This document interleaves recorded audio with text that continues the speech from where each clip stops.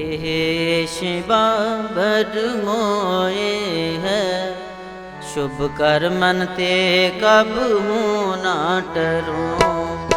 देश बाबर मोए है, शुभ कर मन ते कब हूँ ना टरूं। शुभ कर मन ते कब हूँ ना टरूं।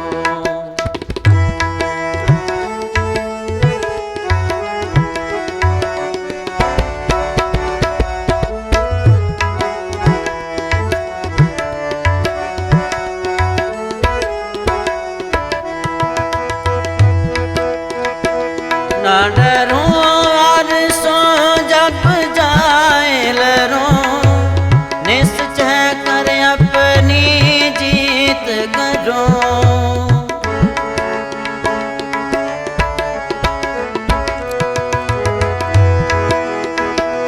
ना डरूं और सो जब जाए लरूं, निश्चय कर अपनी जीत करूं। निश्चय कर अपनी जीत करूं। निश्चय कर अपनी जीत करूं। देश बाबर मोए है, शुभ कर मन ते कब हूँ ना टरूं। शुभ कर मन ते कब हूँ ना टरूं।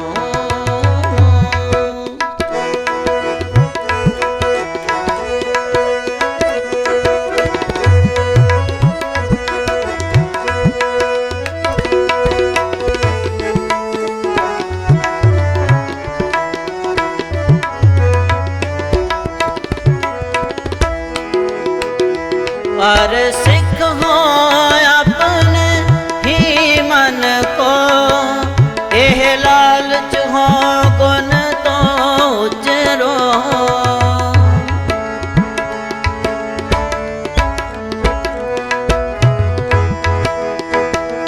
और सिख हो अपने ही मन को, एह लालच हो गुण तो लालच हो गुण तो उचरो।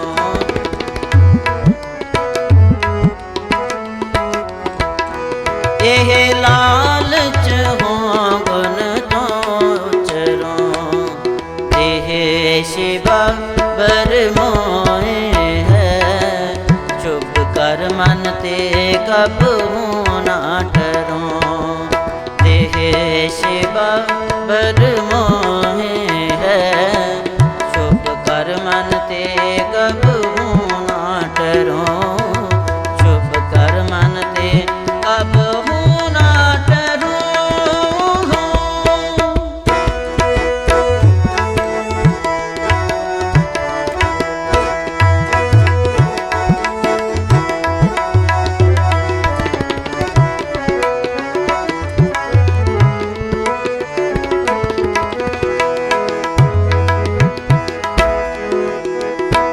जब आव की ओर निदान बने, अत हिरन में तब जूझ मरूं।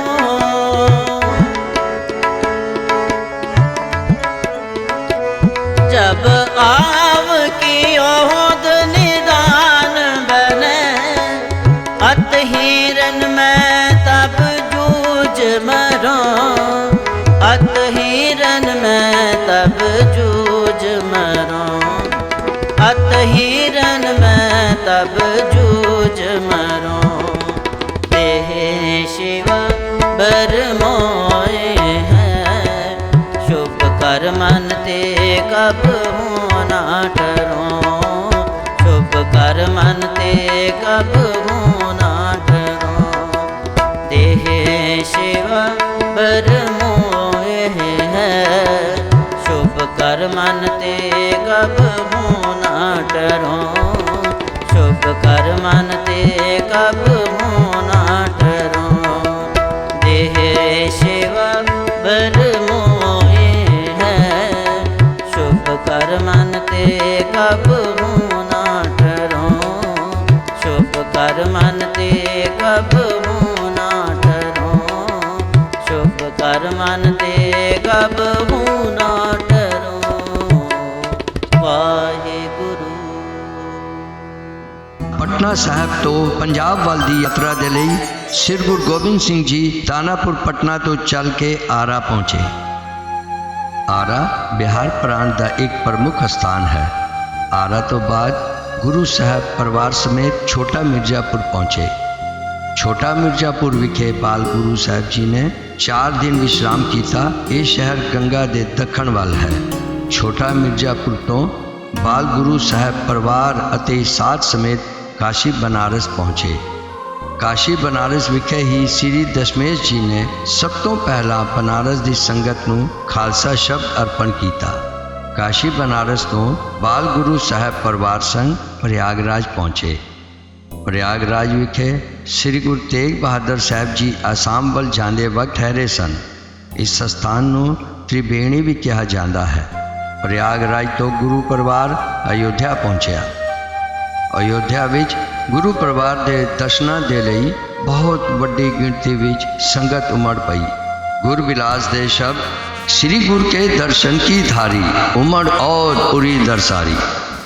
अयोध्या तो गुरु साहब परिवार संग लखनऊ पहुँचे। लखनऊ विच सेवादार भगत भगवान ने गुरु परिवार की बड़ी सेवा की थी। इत्थों की संगत नूं गुरु साहब जी ने तलवार बख्शिश की थी। इत्थों गुरु साहब परिवार समेत आगरा पहुँचे। आगरा उत्तर प्रदेश विच जमुना के कंढे ते वसिया शहर है। भारत के इतिहास विच एक प्रमुख स्थान रखता है। बाल गुरु साहब इत्थों होंदे होए मथुरा पहुँचे। मथुरा वृंदावन विच बहुत सारे पवित्र तीर्थ स्थान हैं। मथुरा तो पीली पीत के रस्ते गुरु साहब नानक मत्ता पहुँचे। पहला इस स्थान का नाम गोरखमत्ता सी। पहली उदासी समय श्री गुरु नानक देव जी इत्थे आए सन। इत्थों चल के गुरु परिवार और सिख सेवक हरिद्वार पहुँचे। हरिद्वार भारत का एक पुरातन तीर्थ स्थान है। इस धरती नूं साहब श्री गुरु नानक देव जी की चरण छोह प्राप्त है। हरिद्वार तो बाद गुरु साहब जी परिवार के सिख सेवकों नाल सहारनपुर पहुँचे। सहारनपुर भारत के नक्शे ते एक इतिहासिक शहर है। इत्थों लंघते हुए मुगलों ते होर दूसरे राजियां ने अपना प्रभाव छड्डिया। सहारनपुर तो गुरु परिवार सिखा समेत अंबाला पहुँचे। अंबाला हरियाणा का एक प्रमुख शहर है, जिसका संबंध पांडवां नाल भी जोड़िया जाता है। पर्यटन की दृष्टि नाल भी यह महत्वपूर्ण शहर है। इत्थों गुरु जी परिवार समेत लखनऊ पहुँचे। बाल गुरु साहब जी जब लखनऊ पहुँचे तो औरंगजेब के कठोर हुक्मां दे चलते लोगों में बड़ी घबराहट सी।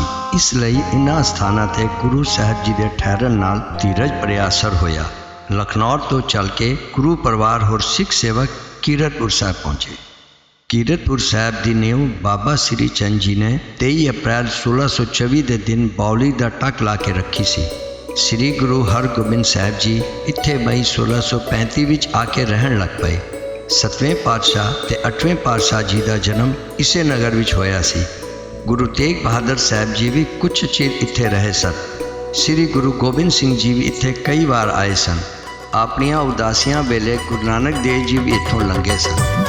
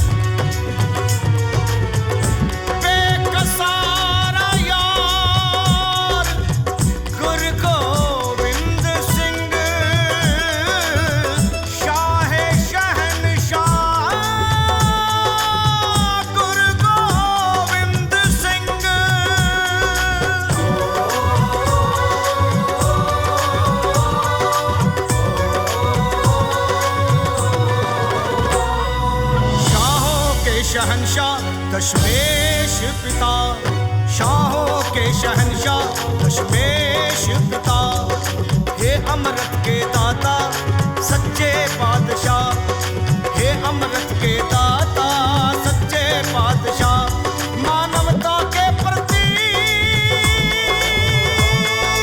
हे संत सिपाही, मानवता के प्रति हे संत सिपाही, एक सारा यार हे मर्दे खुदा, शाहों के शहंशाह दशमेश पिता, हे अमृत के दाता सच्चे बादशाह। ਅਨੰਦਪੁਰ ਸਾਹਿਬ ਗੁਰੂ ਸਾਹਿਬਾਨ ਦੇ ਪਾਵਨ ਚਰਨਾਂ ਕਮਲਾਂ ਤੇ ਸ਼ਹੀਦਾਂ ਦੇ ਖੂਨ ਨਾਲ ਪਵਿੱਤਰ ਹੋਈ ਸਰਜ਼ਮੀਂ ਹੈ। ਇਹ ਸਾਰਾ ਨਗਰ ਹੀ ਪਵਿੱਤਰ ਹੈ।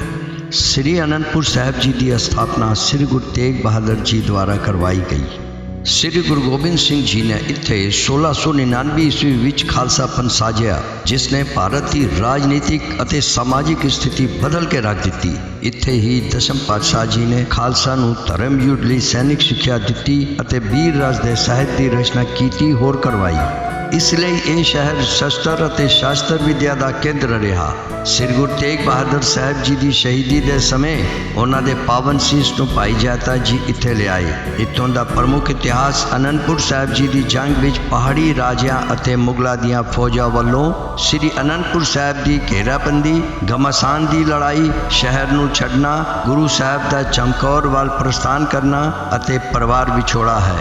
ਗੁਰੂ ਸਾਹਿਬ ਜੀ ਨੇ ਜਦੋਂ ਰਣਜੀਤ ਨਗਾੜਾ ਮੜ ਲਿਆ ਤਾਂ ਪਹਾੜੀ ਰਾਜੇ ਇਸ ਗੱਲੋਂ ਨਾਰਾਜ਼ ਹੋ ਗਏ। ਮਸੰਦਾ ਅਤੇ ਮਾਤਾ ਗੁਜਰੀ ਜੀ ਨੇ ਝਗੜਾ ਵਧਾਉਣਾ ਠੀਕ ਨਾ ਸਮਝਿਆ ਅਤੇ ਨਾਲ ਹੀ ਗੁਰੂ ਸਾਹਿਬ ਜੀ ਨੂੰ ਨਾਹਨ ਦੇ ਰਾਜੇ ਮੇਦਨੀ ਪ੍ਰਕਾਸ਼ ਵੱਲੋਂ ਸੱਦਾ ਪ੍ਰਾਪਤ ਹੋਣ ਕਰਕੇ ਆਪ ਜੀ ਨਾਹਨ ਚਲੇ ਗਏ।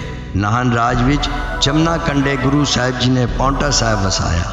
ਸਿੱਖ ਇਤਿਹਾਸ ਵਿੱਚ ਪੌਂਟਾ ਸਾਹਿਬ ਦਾ ਇੱਕ ਮਹੱਤਵਪੂਰਨ ਸਥਾਨ ਹੈ। ਸ੍ਰੀ ਗੁਰੂ ਗੋਬਿੰਦ ਸਿੰਘ ਜੀ ਨੇ ਪਹਿਲਾ ਯੁੱਧ ਭੰਗਾਣੀ ਦਾ ਯੁੱਧ 1689 ਈਸਵੀ ਵਿੱਚ ਪੌਂਟਾ ਸਾਹਿਬ ਵਿਖੇ ਰਿਆਸਤੀ ਰਾਜਿਆਂ ਨਾਲ ਲੜਿਆ ਅਤੇ ਜਿੱਤ ਪ੍ਰਾਪਤ ਕੀਤੀ ਸੀ।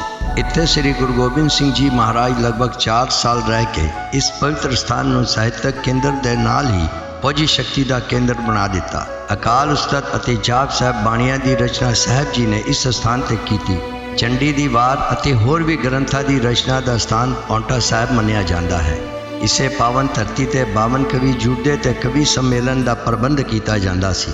ਪੌਂਟਾ ਸਾਹਿਬ ਦੀ ਧਰਤੀ ਦੇ ਆਲੇ ਦੁਆਲੇ ਗੁਰੂ ਸਾਹਿਬ ਅਤੇ ਸਿੱਖਾਂ ਦੁਆਰਾ ਸ਼ਿਕਾਰ ਖੇਡਿਆ ਜਾਂਦਾ ਸੀ। ਗੁਰੂ ਸਾਹਿਬ ਜੀ ਦੁਆਰਾ ਸਿੱਖਾਂ ਨੂੰ ਸੈਨਿਕ ਸਿੱਖਿਆ ਦੇਣੀ, ਫੌਜੀ ਗਿਣਤੀ ਨੂੰ ਵਧਾਉਣਾ, ਸੈਨਿਕ ਸ਼ਕਤੀ ਨੂੰ ਕੇਂਦਰਿਤ ਕਰਨਾ ਅਤੇ ਪੀਰ ਬੁੱਧੂ ਸ਼ਾਹ ਦਾ 500 ਪਠਾਣਾਂ ਨੂੰ ਇੱਥੇ ਹੀ ਆ ਕੇ ਭਰਤੀ ਕਰਵਾਉਣਾ ਇਸ ਸਥਾਨ ਦੇ ਇਤਿਹਾਸਕ ਮਹੱਤਵ ਨੂੰ ਦਰਸਾਉਂਦਾ ਹੈ। ਭੰਗਾਣੀ ਦਾ ਯੁੱਧ ਜਿੱਤਣ ਤੋਂ ਬਾਅਦ ਗੁਰੂ ਸਾਹਿਬ ਜੀ ਫਿਰ ਅਨੰਦਪੁਰ ਸਾਹਿਬ ਆ ਗਏ। ਨਾਸਰੋ ਮਨਸੂਰ ਗੁਰ ਗੋਬਿੰਦ ਸਿੰਘ, ਨਾਸਰੋ ਮਨਸੂਰ ਗੁਰ ਗੋਬਿੰਦ ਸਿੰਘ, ਏਸ ਦੀ ਮਨਜੂਰ ਗੁਰ ਗੋਬਿੰਦ ਸਿੰਘ,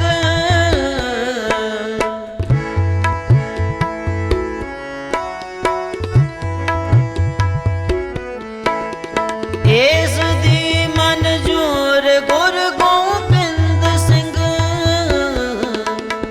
ਨਾਸਰੋ ਮਨਸੂਰ ਗੁਰ ਗੋਬਿੰਦ ਸਿੰਘ, ਨਾਸਰੋ ਮਨਸੂਰ ਗੁਰ ਗੋਬਿੰਦ ਸਿੰਘ।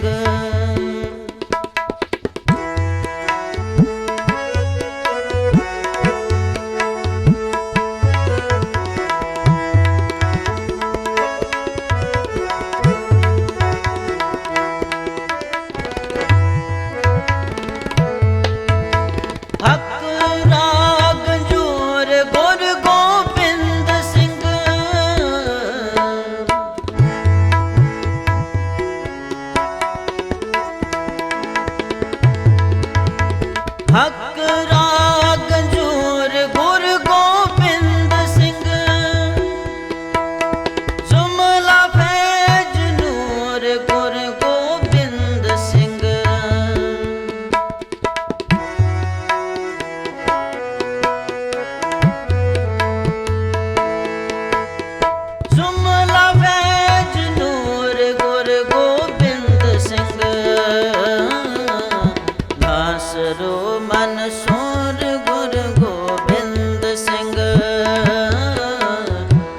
आसरो मंसूर गुरु गोबिंद सिंह।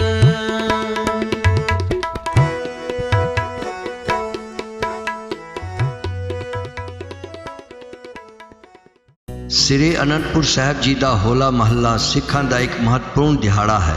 ਇਹ ਹੋਲੀ ਦੇ ਅਗਲੇ ਦਿਨ ਮਨਾਇਆ ਜਾਂਦਾ ਹੈ। ਹੋਲੇ ਮਹੱਲੇ ਵਾਲੇ ਦਿਨ ਦਸ਼ਮ ਪਾਤਸ਼ਾਹ ਖਾਲਸੇ ਨੂੰ ਦੋ ਦਲਾਂ ਵਿੱਚ ਵੰਡ ਕੇ ਨਕਲੀ ਯੁੱਧ ਦਾ ਅਭਿਆਸ ਕਰਾਇਆ ਕਰਦੇ ਸਨ। 700 ਸਾਲਾਂ ਤੋਂ ਗੁਲਾਮ, ਨਿਰਬਲ, ਸਾਹਸੀਨ ਤੇ ਦਾਸਤਾ ਦੀ ਮਾਨਸਿਕਤਾ ਦੇ ਆਦੀ ਹੋ ਚੁੱਕੇ ਭਾਰਤੀਆਂ ਦੇ ਮਨਾਂ ਵਿੱਚ ਜ਼ਬਰ ਜ਼ੁਲਮ ਦੇ ਖਿਲਾਫ ਲੜਨ ਮਰਨ ਦੀ ਸ਼ਕਤੀ ਭਰਨ ਲਈ ਦਸ਼ਮ ਪਿਤਾ ਵੱਲੋਂ ਚੁੱਕਿਆ ਗਿਆ ਇਹ ਇੱਕ ਇਤਿਹਾਸਕ ਤੇ ਇਨਕਲਾਬੀ ਕਦਮ ਸੀ। ਹੋਲਾ ਮਹੱਲਾ ਹੁਣ ਵੀ ਸ੍ਰੀ ਅਨੰਦਪੁਰ ਸਾਹਿਬ ਵਿਖੇ ਖਾਲਸਾਈ ਸ਼ਾਨ ਨਾਲ ਮਨਾਇਆ ਜਾਂਦਾ ਹੈ। ਗੁਰੂ ਸਾਹਿਬ ਜੀ ਨੂੰ ਜਿਹੜੀਆਂ ਜੰਗਾਂ ਲੜਨੀਆਂ ਪਈਆਂ ਉਹਨਾਂ ਵਿੱਚ ਭੰਗਾਣੀ ਦੀ ਜੰਗ, ਨਦੌੜ ਦੀ ਜੰਗ, ਸ੍ਰੀ ਅਨੰਦਪੁਰ ਸਾਹਿਬ ਜੀ ਦੀ ਜੰਗ, ਹੁਸੈਨੀ ਦੀ ਜੰਗ, ਅਨੰਦਪੁਰ ਸਾਹਿਬ ਤੇ ਪੈਦਾ ਖਾਨ ਅਤੇ ਬੀਨਾ ਬੇਗ ਵੱਲੋਂ ਹਮਲਾ, ਖਾਲਸਾਈ ਸਿਰਜਣਾ ਤੋਂ ਬਾਅਦ ਦੂਜੀ ਜੰਗ, ਬਸਾਲੀ ਜਾਂ ਪਰਸਾਲੀ ਦੀ ਜੰਗ ਅਤੇ ਅਨੰਦਪੁਰ ਸਾਹਿਬ ਦੀ ਅਖੀਰਲੀ ਜੰਗ ਪ੍ਰਸਿੱਧ ਹਨ। ਸਾਹਿਬ ਸ੍ਰੀ ਗੁਰੂ ਗੋਬਿੰਦ ਸਿੰਘ ਜੀ ਦਾ ਪਹਿਲਾ ਵਿਆਹ ਮਾਤਾ ਜੀਤੋ ਜੀ ਨਾਲ ਗੁਰੂ ਕਾ ਲਾਹੌਰ, ਜੋ ਅਨੰਦਪੁਰ ਸਾਹਿਬ ਤੋਂ ਲਗਭਗ 7-8 ਮੀਲ ਦੀ ਦੂਰੀ ਤੇ ਹੈ, ਵਿਖੇ ਹੋਇਆ। ਸਾਹਿਬਜ਼ਾਦਾ ਜੁਝਾਰ ਸਿੰਘ, ਸਾਹਿਬਜ਼ਾਦਾ ਜ਼ੋਰਾਵਰ ਸਿੰਘ ਅਤੇ ਸਾਹਿਬਜ਼ਾਦਾ ਫਤਿਹ ਸਿੰਘ ਜੀ ਦਾ ਜਨਮ ਮਾਤਾ ਜੀਤੋ ਜੀ ਪਾਸੋਂ ਹੋਇਆ। ਸ੍ਰੀ ਗੁਰੂ ਗੋਬਿੰਦ ਸਿੰਘ ਜੀ ਦੇ ਦੂਸਰੇ ਮਹਿਲ ਮਾਤਾ ਸੁੰਦਰੀ ਜੀ ਸਨ। ਸਾਹਿਬਜ਼ਾਦਾ ਅਜੀਤ ਸਿੰਘ ਜੀ ਦਾ ਜਨਮ ਮਾਤਾ ਸੁੰਦਰੀ ਜੀ ਪਾਸੋਂ ਹੋਇਆ। ਸ੍ਰੀ ਗੁਰੂ ਗੋਬਿੰਦ ਸਿੰਘ ਜੀ ਦੇ ਤੀਸਰੇ ਮਹਿਲ ਮਾਤਾ ਸਾਹਿਬ ਕੌਰ ਜੀ ਨੂੰ ਦਸ਼ਮ ਪਾਤਸ਼ਾਹ ਜੀ ਨੇ ਖਾਲਸੇ ਦੀ ਮਾਤਾ ਦਾ ਰੁਤਬਾ ਬਖਸ਼ਿਆ। ਅਨੰਦਪੁਰ ਸਾਹਿਬ ਵਿਖੇ ਗੁਰੂ ਸਾਹਿਬਾਨ ਦੀ ਯਾਦ ਵਿੱਚ ਬਣੇ ਗੁਰਦੁਆਰਾ ਸਾਹਿਬ ਦੇ ਦਰਸ਼ਨਾਂ ਨਾਲ ਮਨ ਸ਼ਾਂਤ ਹੋ ਜਾਂਦਾ ਹੈ।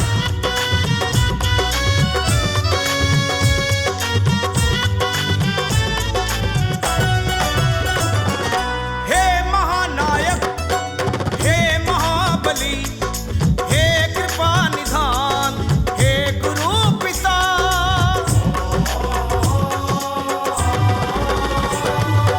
धन्य है तेरी जन्मस्थली, धन्य है तेरी कर्मस्थली।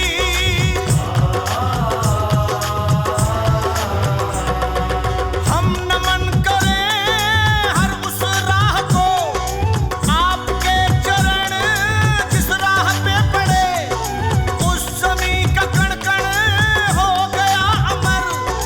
जिस जमीन ने आपके पावन चरण छुए, जिस जमीन ने आपके पावन चरण छुए, शाहों के शहंशाह दशमेश पिता, हे अमृत के दाता सच्चे पातशाह, मानवता के प्रतीक संत सिपाही, बेकसारा यार, हे मर्दे खुदा, शाहों के शहंशाह दशमेश पिता, हे अमृत के दाता सच्चे पातशाह।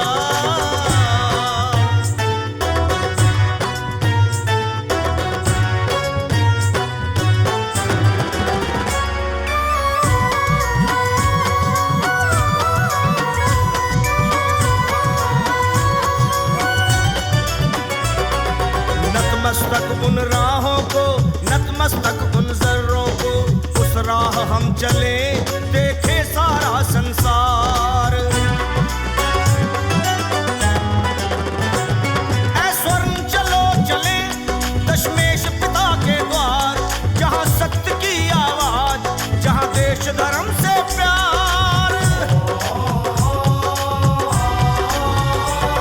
जहाँ ऊंच और नीच नहीं, जहाँ नहीं भेद और रंग, वहीं चलकर ऐ लखा अमृत की मांग कर, दिल से अरदास तू कर, गुरु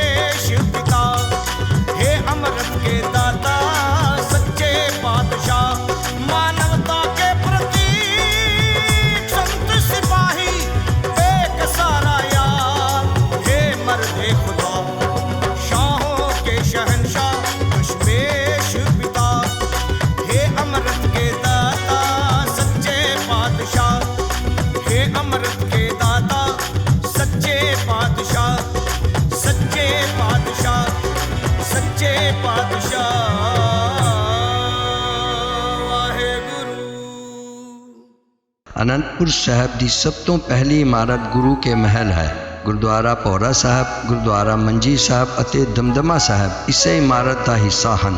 ਇਸ ਸਥਾਨ ਤੇ ਸ੍ਰੀ ਗੁਰੂ ਤੇਗ ਬਹਾਦਰ ਜੀ ਨੇ ਇੱਕ ਭੌਰਾ ਬਣਵਾਇਆ ਹੋਇਆ ਸੀ, ਜਿੱਥੇ ਬੈਠ ਕੇ ਗੁਰੂ ਸਾਹਿਬ ਜੀ ਬੰਦਗੀ ਕਰਿਆ ਕਰਦੇ ਸਨ। ਇਸ ਸਥਾਨ ਤੇ ਗੁਰੂ ਤੇਗ ਬਹਾਦਰ ਜੀ ਦੀਵਾਨ ਸਜਾਇਆ ਕਰਦੇ ਸਨ। ਗੁਰਦੁਆਰਾ ਸੀਸਗੰਜ ਸਾਹਿਬ ਜਿੱਥੇ ਵਿਦਿਆਮਾਨ ਹੈ, ਉੱਥੇ ਸਾਹਿਬ ਸ੍ਰੀ ਗੁਰੂ ਗੋਬਿੰਦ ਸਿੰਘ ਜੀ ਮਹਾਰਾਜ ਨੇ 17 ਨਵੰਬਰ 1675 ਦੇ ਦਿਨ ਗੁਰੂ ਤੇਗ ਬਹਾਦਰ ਸਾਹਿਬ ਜੀ ਦੇ ਸੀਸ ਦਾ ਸੰਸਕਾਰ ਕੀਤਾ ਸੀ। ਸ੍ਰੀ ਗੁਰੂ ਤੇਗ ਬਹਾਦਰ ਜੀ ਦੇ ਸੀਸ ਦੇ ਸੰਸਕਾਰ ਹੋਣ ਮਗਰੋਂ ਜੁੜੀਆਂ ਸੰਗਤਾਂ ਨੂੰ ਗੁਰੂ ਗੋਬਿੰਦ ਸਿੰਘ ਸਾਹਿਬ ਜੀ ਨੇ ਇਸ ਸਥਾਨ ਤੇ ਭਾਣਾ ਮੰਨਣ ਅਤੇ ਧਰਮ ਦੀ ਰੱਖਿਆ ਲਈ ਜੰਗ ਵਾਸਤੇ ਤਿਆਰ ਹੋਣ ਲਈ ਫਰਮਾਨ ਕੀਤਾ ਸੀ। ਗੁਰਦੁਆਰਾ ਮੰਜੀ ਸਾਹਿਬ ਦੁਮਾਲਗੜ੍ਹ ਵਿਖੇ ਗੁਰੂ ਸਾਹਿਬ ਜੀ ਸਾਹਿਬਜ਼ਾਦਿਆਂ ਨੂੰ ਵਰਜਿਸ਼ ਤੇ ਖੇਡਾਂ ਕਰਵਾਇਆ ਕਰਦੇ ਸਨ। ਇਸ ਸਥਾਨ ਤੇ ਸਾਹਿਬਜ਼ਾਦਿਆਂ ਨੇ ਤਲਵਾਰਬਾਜ਼ੀ ਦੀ ਸਿੱਖਿਆ ਲਈ ਸੀ। 2 ਦਸੰਬਰ 1703 ਦੇ ਦਿਨ ਅਜਮੇਰ ਚੰਦ ਦੀਆਂ ਫੌਜਾਂ ਦੇ ਨਾਲ ਲੜਦੇ ਹੋਏ ਭਾਈ ਮਾਨ ਸਿੰਘ ਜ਼ਖਮੀ ਹੋ ਕੇ ਡਿੱਗ ਪਏ ਤੇ ਨਾਲ ਹੀ ਨਿਸ਼ਾਨ ਸਾਹਿਬ ਵੀ ਟੁੱਟ ਗਿਆ। ਇੱਥੇ ਜਦੋਂ ਗੁਰੂ ਸਾਹਿਬ ਜੀ ਨੂੰ ਖਬਰ ਮਿਲੀ ਤਾਂ ਉਹਨਾਂ ਆਪਣੀ ਛੋਟੀ ਦਸਤਾਰ ਤੋਂ ਇੱਕ ਫਰਰਾ ਲਾਇਆ ਅਤੇ ਦਸਤਾਰ ਵਿੱਚ ਲਗਾ ਲਿਆ ਅਤੇ ਐਲਾਨ ਕੀਤਾ ਕਿ ਅੱਗੇ ਤੋਂ ਖਾਲਸੇ ਦਾ ਨਿਸ਼ਾਨ ਸਾਹਿਬ ਕਦੇ ਵੀ ਨਹੀਂ ਟੁੱਟੇਗਾ। ਨਾਲ ਹੀ ਮੁਖੀ ਸਿੰਘਾਂ ਅਤੇ ਸਾਹਿਬਜ਼ਾਦਾ ਫਤਿਹ ਸਿੰਘ ਜੀ ਨੇ ਵੀ ਫਰਰਾ ਸਜਾ ਲਿਆ। ਇਸ ਘਟਨਾ ਤੋਂ ਬਾਅਦ ਫਰਰਾ ਦੁਮਾਲਾ ਸਜਾਉਣ ਦੀ ਰਸਮ ਸ਼ੁਰੂ ਹੋਈ। ਇਸ ਕਰਕੇ ਇਸ ਗੁਰਦੁਆਰਾ ਸਾਹਿਬ ਨੂੰ ਗੁਰਦੁਆਰਾ ਦੁਮਾਲਗੜ੍ਹ ਸਾਹਿਬ ਆਖਿਆ ਜਾਂਦਾ ਹੈ। ਇਸ ਸਥਾਨ ਤੇ ਗੁਰੂ ਸਾਹਿਬ ਜੀ ਦਾ ਬਾਗ ਹੁੰਦਾ ਸੀ। ਅਨੰਦਪੁਰ ਸਾਹਿਬ ਦੇ ਘੇਰੇ ਸਮੇਂ ਇੱਥੇ ਕਈ ਸਿੰਘ ਸ਼ਹੀਦ ਹੋਏ ਸਨ। ਇਸ ਕਰਕੇ ਇਸ ਦਾ ਨਾਂ ਗੁਰਦੁਆਰਾ ਸ਼ਹੀਦੀ ਬਾਗ ਮਸ਼ਹੂਰ ਹੋ ਗਿਆ। ਅਨੰਦਪੁਰ ਸਾਹਿਬ ਜੀ ਦਾ ਸਭ ਤੋਂ ਅਹਿਮ ਸਥਾਨ ਕੇਸਗੜ੍ਹ ਸਾਹਿਬ ਹੈ। ਕੇਸਗੜ੍ਹ ਸਾਹਿਬ ਸਿੱਖ ਪੰਥ ਦਾ ਤਖਤ ਸਾਹਿਬ ਹੈ। ਇਸ ਪਵਿੱਤਰ ਸਥਾਨ ਤੇ ਖਾਲਸਾ ਪ੍ਰਗਟ ਹੋਇਆ ਸੀ। ਇੱਥੇ ਗੁਰੂ ਸਾਹਿਬ ਜੀ ਦਾ ਇੱਕ ਅਹਿਮ ਕਿਲਾ ਸੀ। ਕੇਸਗੜ੍ਹ ਸਾਹਿਬ ਤੇ ਹੀ ਖਾਲਸਾ ਪ੍ਰਗਟ ਕਰਨ ਵੇਲੇ ਦੀਵਾਨ ਸਜਾਇਆ ਗਿਆ ਸੀ ਤੇ ਹਜ਼ਾਰਾਂ ਸੰਗਤਾਂ ਇਸ ਮੌਕੇ ਤੇ ਹਾਜ਼ਰ ਸਨ। ਕੇਸਗੜ੍ਹ ਸਾਹਿਬ ਕਿਲਾ 1699 ਵਿੱਚ ਤਿਆਰ ਹੋਇਆ ਸੀ। ਸ੍ਰੀ ਗੁਰੂ ਗੋਬਿੰਦ ਸਿੰਘ ਜੀ ਨੇ ਸਭ ਤੋਂ ਪਹਿਲਾਂ ਇਹੀ ਕਿਲਾ ਬਣਵਾਇਆ ਸੀ। ਕਿਲਾ ਆਨੰਦਗੜ੍ਹ ਸਾਹਿਬ ਦੁਸ਼ਮਣ ਦੇ ਹਮਲੇ ਦੀ ਸੂਰਤ ਵਿੱਚ ਸਭ ਤੋਂ ਵੱਧ ਮਹਿਫੂਜ਼ ਸਥਾਨ ਸੀ ਅਤੇ ਸ਼ਸਤਰ ਤੇ ਗੋਲਾ ਬਾਰੂਦ ਇੱਥੇ ਹੀ ਇਕੱਤਰ ਕੀਤਾ ਜਾਂਦਾ ਸੀ। ਦੁਸ਼ਮਣਾਂ ਦੀਆਂ ਫੌਜਾਂ ਨੇ ਕਿਲੇ ਤੇ ਕਈ ਵਾਰ ਹਮਲੇ ਕੀਤੇ, ਪਰ ਹਰ ਵਾਰ ਮੂੰਹ ਦੀ ਖਾਧੀ। ਕਿਲਾ ਲੋਹਗੜ੍ਹ ਸਾਹਿਬ, ਇਸ ਸਥਾਨ ਤੇ ਗੁਰੂ ਗੋਬਿੰਦ ਸਿੰਘ ਜੀ ਨੇ ਹਥਿਆਰ ਬਣਾਉਣ ਦਾ ਇੱਕ ਕਾਰਖਾਨਾ ਲਾਇਆ ਹੋਇਆ ਸੀ। ਪਹਾੜੀ ਰਾਜੇ ਕਿਲਾ ਲੋਹਗੜ੍ਹ ਤੇ ਹਮਲਾ ਕਰਨ ਵਿੱਚ ਝਿਜਕਦੇ ਸਨ, ਕਿਉਂਕਿ ਇਸ ਦਾ ਪ੍ਰਵੇਸ਼ ਦੁਆਰ ਤੋੜਨਾ ਉਹਨਾਂ ਦੇ ਵੱਸ ਦੀ ਗੱਲ ਨਹੀਂ ਸੀ। 1 ਸਤੰਬਰ 1700 ਦੇ ਦਿਨ ਕਿਲਾ ਲੋਹਗੜ੍ਹ ਤੇ ਹਮਲਾ ਕਰਨ ਵਾਸਤੇ ਮਦਮਸਤ ਹਾਥੀ ਨੂੰ ਅੱਗੇ ਕੀਤਾ ਗਿਆ। ਇਸ ਮਦਮਸਤ ਹਾਥੀ ਨੂੰ ਕਿਲਾ ਲੋਹਗੜ੍ਹ ਦੇ ਪ੍ਰਵੇਸ਼ ਦੁਆਰ ਦੇ ਨੇੜੇ ਭਾਈ ਬਚਿੱਤਰ ਸਿੰਘ ਜੀ ਨੇ ਨਾਗਨੀ ਬਰਛਾ ਮਾਰ ਕੇ ਮੋੜਿਆ ਸੀ। ਇਸੇ ਸਥਾਨ ਤੇ ਭਾਈ ਉਦੈ ਸਿੰਘ ਨੇ ਰਾਜਾ ਕੇਸਰੀ ਦਾ ਸਿਰ ਵੱਢਿਆ ਸੀ। ਕਿਲਾ ਹੋਲਗੜ੍ਹ ਦਾ ਨਾਮ ਹੋਲਾ ਮਹੱਲਾ ਨਾਲ ਵੀ ਜੁੜਿਆ ਹੋਇਆ ਹੈ। ਹੋਲੀ ਦੇ ਦਿਨ ਲੋਕ ਇੱਕ ਦੂਜੇ ਤੇ ਰੰਗ ਅਤੇ ਮੈਲ ਸੁੱਟ ਕੇ ਕੱਪੜੇ ਖਰਾਬ ਕਰਿਆ ਕਰਦੇ ਸਨ। ਸਿੱਖਾਂ ਨੂੰ ਇਸ ਫਜ਼ੂਲ ਰਸਮ ਤੋਂ ਹਟਾਉਣ ਵਾਸਤੇ ਗੁਰੂ ਸਾਹਿਬ ਜੀ ਨੇ ਹੋਲਾ ਮਹੱਲਾ ਸ਼ੁਰੂ ਕੀਤਾ ਸੀ। ਘੋੜਸਵਾਰੀ, ਨੇਜ਼ਬਾਜੀ, ਤਲਵਾਰਬਾਜੀ, ਗੱਤਕਾ ਤੇ ਕੁਸ਼ਤੀਆਂ ਦੇ ਮੁਕਾਬਲੇ ਹੋਇਆ ਕਰਦੇ ਸਨ। ਗੁਰੂ ਗੋਬਿੰਦ ਸਿੰਘ ਸਾਹਿਬ ਜੀ ਨੇ ਅਨੰਦਪੁਰ ਸਾਹਿਬ ਚੱਕ ਨਾਨਕੀ ਦੀ ਹਿਫਾਜ਼ਤ ਲਈ ਇੱਕ ਹੋਰ ਅਹਿਮ ਕਿਲਾ ਬਣਵਾਇਆ ਸੀ। ਜਦੋਂ ਇਹ ਕਿਲਾ ਬਣ ਰਿਹਾ ਸੀ ਤਾਂ ਸਾਹਿਬਜ਼ਾਦਾ ਫਤਿਹ ਸਿੰਘ ਜੀ ਦਾ ਜਨਮ ਉਹੀ ਦਿਨ ਹੀ ਹੋਇਆ ਸੀ। ਆਪ ਜੀ ਨੇ ਇਸ ਕਿਲੇ ਦਾ ਨਾਮ ਫਤਿਹਗੜ੍ਹ ਰੱਖਿਆ ਸੀ। 30 ਅਗਸਤ 1700 ਦੇ ਦਿਨ ਪਹਾੜੀ ਫੌਜਾਂ ਨੇ ਇਸ ਕਿਲੇ ਤੇ ਵੀ ਹਮਲਾ ਕੀਤਾ ਸੀ, ਪਰ ਮਾਤ ਖਾਧੀ ਸੀ। ਇਸ ਕਿਲੇ ਨੂੰ ਬਣਾਉਣ ਦਾ ਉਦੇਸ਼ ਬਿਲਾਸਪੁਰ ਰਿਆਸਤ ਵੱਲੋਂ ਹੋਣ ਵਾਲੇ ਹਮਲਿਆਂ ਨੂੰ ਰੋਕਣਾ ਸੀ। ਇਸ ਕਿਲੇ ਦੀ ਦੀਵਾਰਾਂ ਤੇ ਚੜ੍ਹ ਕੇ ਕੋਟ ਕਹਿਲੂਰ ਤੇ ਨਿਗਾਹ ਰੱਖੀ ਜਾ ਸਕਦੀ ਸੀ। 29 ਅਗਸਤ 1700 ਦੇ ਦਿਨ ਸਭ ਤੋਂ ਪਹਿਲਾ ਹਮਲਾ ਇੱਥੇ ਹੀ ਹੋਇਆ ਸੀ। ਇੱਕ ਪਹਿਰ ਦੀ ਲੜਾਈ ਤੋਂ ਬਾਅਦ ਅਜਮੇਰ ਚੰਦ ਮੈਦਾਨ ਛੱਡ ਕੇ ਭੱਜ ਗਿਆ। ਗੁਰੂ ਕਾ ਲਾਹੌਰ, ਇਸ ਸਥਾਨ ਤੇ ਸਾਹਿਬ ਸ੍ਰੀ ਗੁਰੂ ਗੋਬਿੰਦ ਸਿੰਘ ਜੀ ਦਾ ਵਿਆਹ 21 ਜੂਨ 1677 ਦੇ ਦਿਨ ਹੋਇਆ। ਇਸ ਸਥਾਨ ਤੇ 4 ਗੁਰਦੁਆਰਾ ਸਾਹਿਬ ਹਨ। ਗੁਰਦੁਆਰਾ ਤਿਰਬੇਣੀ ਸਾਹਿਬ। ਗੁਰੂ ਕਾ ਲਾਹੌਰ ਵਿੱਚ ਪਾਣੀ ਦੀ ਕਿੱਲਤ ਨੂੰ ਦੂਰ ਕਰਨ ਵਾਸਤੇ ਗੁਰੂ ਸਾਹਿਬ ਜੀ ਨੇ ਇਸ ਸਥਾਨ ਤੇ ਕਰਪਾ ਬਰਛਾ ਮਾਰ ਕੇ ਪਾਣੀ ਦੀਆਂ 3 ਧਾਰਾਂ ਵਗਾਈਆਂ ਸਨ। ਗੁਰਦੁਆਰਾ ਪੌੜ ਸਾਹਿਬ, ਇੱਥੇ ਗੁਰੂ ਸਾਹਿਬ ਜੀ ਦੇ ਘੋੜੇ ਦੀ ਪੌੜ ਨਾਲ ਚਸ਼ਮਾ ਫੁੱਟਿਆ ਸੀ। ਇਸ ਚਸ਼ਮੇ ਦਾ ਪਾਣੀ ਖਾਰਾ ਹੈ। ਗੁਰਦੁਆਰਾ ਸੇਹਰਾ ਸਾਹਿਬ, ਗੁਰੂ ਸਾਹਿਬ ਜੀ ਨੇ ਗੁਰੂ ਕਾ ਲਾਹੌਰ ਪਹੁੰਚਣ ਤੋਂ ਪਹਿਲਾਂ ਇੱਥੇ ਸੇਹਰਾ ਬਣਿਆ ਸੀ। ਗੁਰਦੁਆਰਾ ਆਨੰਦ ਕਾਰਜ ਸਾਹਿਬ, ਇਸ ਪਵਿੱਤਰ ਸਥਾਨ ਤੇ ਸ੍ਰੀ ਗੁਰੂ ਗੋਬਿੰਦ ਸਿੰਘ ਸਾਹਿਬ ਜੀ ਦਾ ਆਨੰਦ ਕਾਰਜ ਮਾਤਾ ਜੀਤੋ ਜੀ ਨਾਲ ਹੋਇਆ ਸੀ। ਸ੍ਰੀ ਅਨੰਦਪੁਰ ਸਾਹਿਬ ਦੇ ਲੰਬੇ ਘੇਰੇ ਤੋਂ ਬਾਅਦ ਸ੍ਰੀ ਗੁਰੂ ਗੋਬਿੰਦ ਸਿੰਘ ਜੀ ਨੇ ਸੰਗਤ ਅਤੇ ਖਾਲਸਾ ਜੀ ਦਾ ਹੁਕਮ ਮੰਨ ਕੇ 13 ਦਸੰਬਰ 1704 ਈਸਵੀ ਨੂੰ ਸ਼ਾਮ ਵੇਲੇ ਸ੍ਰੀ ਅਨੰਦਪੁਰ ਸਾਹਿਬ ਨੂੰ ਛੱਡ ਦਿੱਤਾ। ਗੁਰੂ ਜੀ ਅਜੇ ਥੋੜੀ ਹੀ ਦੂਰ ਗਏ ਸਨ ਕਿ ਮੁਗਲ ਹਾਕਮ ਵਜ਼ੀਰ ਖਾਨ, ਜ਼ਬਰਦਸਤ ਖਾਨ ਅਤੇ ਪਹਾੜੀ ਫੌਜਾਂ ਨੇ ਖਾਲਸਾ ਫੌਜ ਤੇ ਪਿੱਛੋਂ ਹਮਲਾ ਕਰ ਦਿੱਤਾ। ਸਰਸਾ ਨਦੀ ਨੂੰ ਪਾਰ ਕਰਦਿਆਂ ਗੁਰੂ ਜੀ ਦਾ ਸਾਰਾ ਪਰਿਵਾਰ ਵਿਛੜ ਗਿਆ। ਸਾਹਿਬਜ਼ਾਦਾ ਅਜੀਤ ਸਿੰਘ, ਸਾਹਿਬਜ਼ਾਦਾ ਜੁਝਾਰ ਸਿੰਘ ਤੇ ਕੁਝ ਸਿੰਘਾਂ ਸਮੇਤ ਸ੍ਰੀ ਗੁਰੂ ਗੋਬਿੰਦ ਸਿੰਘ ਜੀ ਰੋਪੜ ਵੱਲ ਤੁਰ ਪਏ। ਮਾਤਾ ਸੁੰਦਰੀ ਜੀ, ਮਾਤਾ ਸਾਹਿਬਦੇਵਾ ਜੀ ਭਾਈ ਮਨੀ ਸਿੰਘ ਦੇ ਨਾਲ ਦਿੱਲੀ ਵੱਲ ਚਲੇ ਗਏ। ਮਾਤਾ ਗੁਜਰੀ ਜੀ ਛੋਟੇ ਸਾਹਿਬਜ਼ਾਦੇ ਬਾਬਾ ਜੋਰਾਵਰ ਸਿੰਘ ਤੇ ਬਾਬਾ ਫਤਿਹ ਸਿੰਘ ਜੀ ਕੁੰਮੇ ਮਾਸ਼ਕੀ ਦੇ ਨਾਲ ਉਸਦੀ ਝੁੱਗੀ ਵਿੱਚ ਰਹਿ ਗਏ। ਅਗਲੇ ਦਿਨ 20 ਦਸੰਬਰ ਨੂੰ ਗੁਰੂ ਘਰ ਦਾ ਰਸੋਈਆ ਗੰਗੂ ਬ੍ਰਾਹਮਣ ਉਹਨਾਂ ਨੂੰ ਆਪਣੇ ਘਰ ਲੈ ਗਿਆ। ਇਸ ਕਰਕੇ ਇਸ ਸਥਾਨ ਤੇ ਗੁਰਦੁਆਰਾ ਪਰਿਵਾਰ ਵਿਛੋੜਾ ਦੀ ਸਥਾਪਨਾ ਹੋਈ। हे राव हे सस हे करुणा निध, हे राव हे सस हे करुणा निध। मेरी अब बिनती सुन लीजै, मेरी अब बिनती सुन लीजै। हे राव हे सस हे करुणा निध, हे राव हे सस हे करुणा निध।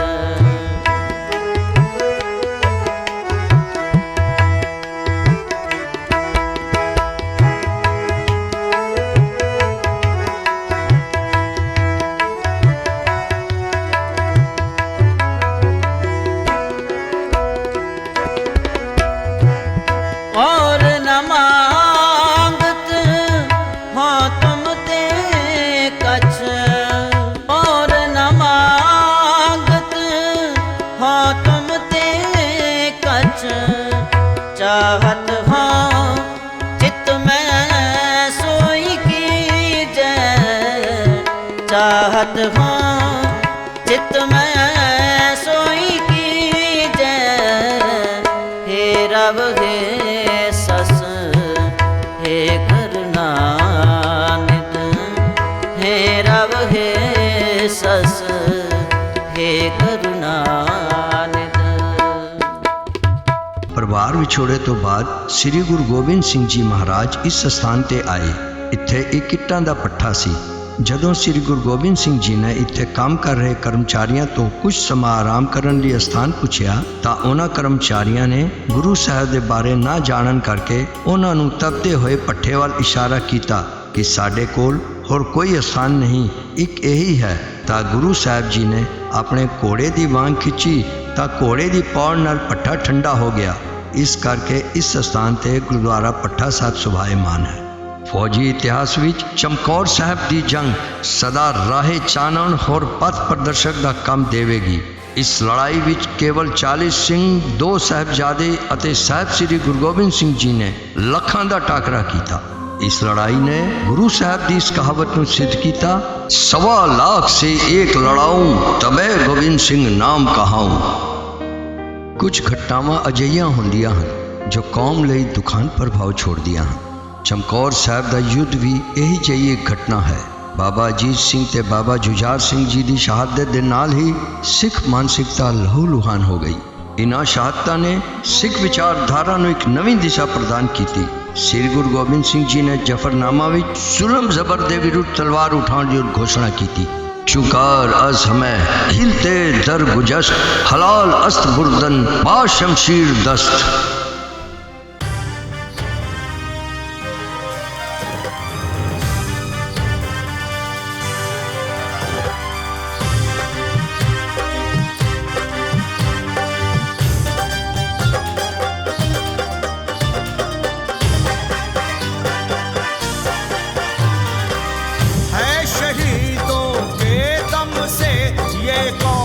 वतन है